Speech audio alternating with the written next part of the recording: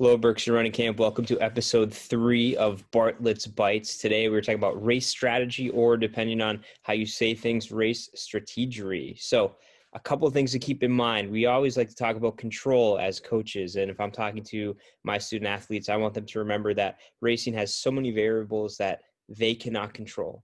Do not focus on those. Weather, course conditions, your competitors, things like that. You don't need to waste your mental energy. We like to focus on what is in your control, how you approach things, your effort, your attitude, your race execution. All of those things are things that we want you to focus on when we talk about race strategy. Now, before I continue, information from this episode of Bartlett's Bites has been put together from many coaches at Berkshire Running Camp, as well as some campers who have done past sessions on race strategy. So this is really coming from a variety of individuals. Let's talk about a couple of things pre-race. So your race starts long before the race begins. First thing, make sure you check with your coach about a potential game plan.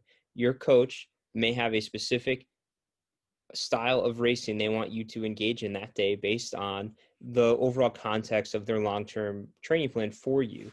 I know sometimes early on, many coaches, if they can, may like to hold you back a little bit, might have you use it as part of a workout, things like that. So check in with coach first. They might have the leashes off too. It all depends.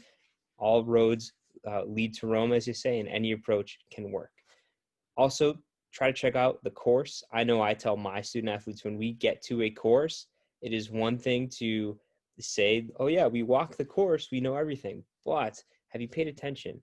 Have you viewed it through a tactical lens about where you could make moves, where your opponent might make moves? Where's the finish line? How far out from the finish line is 200 meters to go or 400 meters to go? So headphones away, take off your headphones, put your phones away, all that stuff. Really pay attention to the course. And as you're walking, start to visualize a game plan.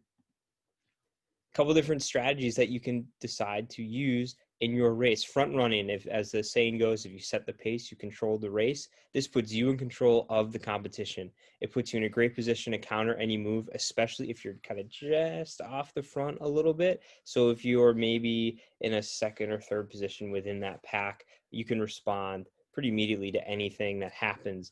This can be difficult on hard courses or those that are unfamiliar to you. It's also very mentally challenging. You have to really commit from the gun, as soon as that gun goes off, to this strategy.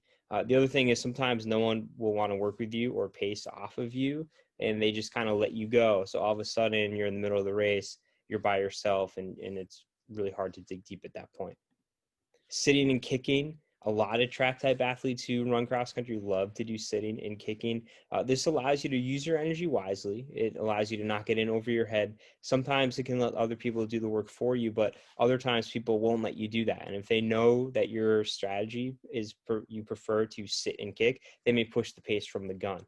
It can be hard to counter against a massive kick, especially if it comes from behind you and all of a sudden you don't know what's happening. So if you are in that kicker's position, you can really catch your opponent by surprise. However, the front pack might get away, and again, mentally you might need to hang on. Just get to that point where you can use your kick, and that can be tough to do. But if you've trained for it, that can result in some great finishes too. Pack running. This is what cross country is all about. The pack attack. Running with your teammates, sometimes other competitors at your level as well. And I try to always have a mindset shift with our student athletes. Your opponents that you're racing against, they're there to help you run faster. An example from the cycling world, if you have a breakaway is going to succeed if there are multiple cyclists and they're all working together to gain an advantage against the rest of the field. The same thing can happen in cross-country running. So in my mind, it doesn't matter what the uniforms are. Let's all work together. Let's run fast, and then every man for himself when it needs to be.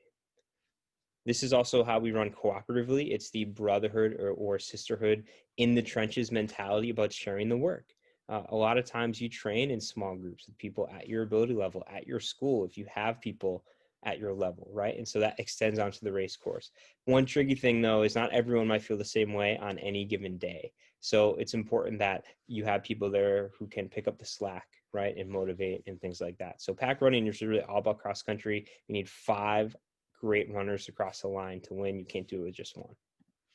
So until next time, this has been the 3rd episode of Bartlett's Bites on race strategy. Keep in mind, we want to control what we can control, find a strategy that works for you, and remember, there's always another race. So if it doesn't go the way you want it, learn from it, and then let's try to execute better next time.